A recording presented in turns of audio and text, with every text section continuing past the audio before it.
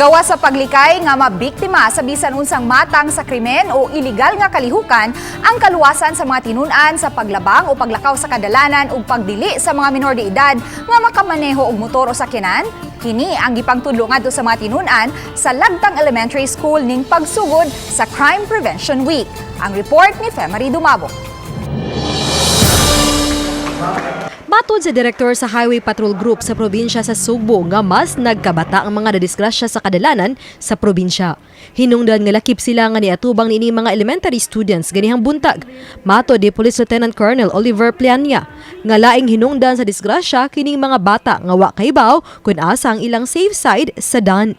Ang mga bata din na day motorcycle.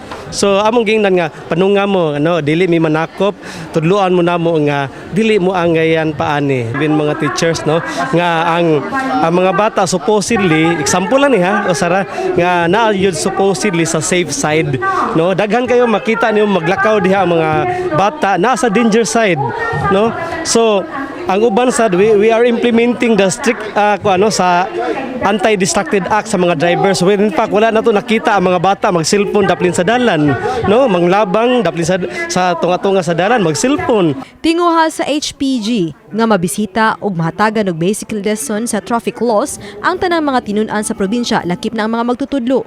Usa lang ang HPG nga nipaambit sa ilang kahibalo uban sa taga-PDEA, PNP ug BFP atol sa kick-off program sa Crime Prevention Week sa Napolcom. Sa tibok rehiyon, ang Lagtang Elementary School sa Dakbayan sa Talisay ang napili nga paygayunan niini. We are so glad nga we are chosen as a recipient nga schools sa ilahang program nga National Crime Prevention Week. We are so glad because their project especially the project safety naghatag po din siya og kanang safety po sa ato ang mga bata, and this is also in line with our program sa kanibitang sa child friendly whole of nation approach man siya, so kailangan tagtabang sa katawan. Nalipay na lang sad ko that they are reaching out to the community because when you reach out to the community would like to help you as well. Gihango posab kini sa hepe sa Talisay City Police Station kay napasayon usab ang ilang mga programa sa mga batanon batok krimen. Ilabi na ning nagsugod na ang face-to-face classes.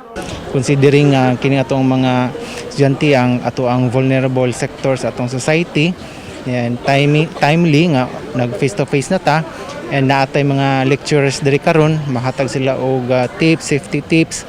Oba ni Jun Solon. Ako si Femari Dumabok. Balitang Bisdak.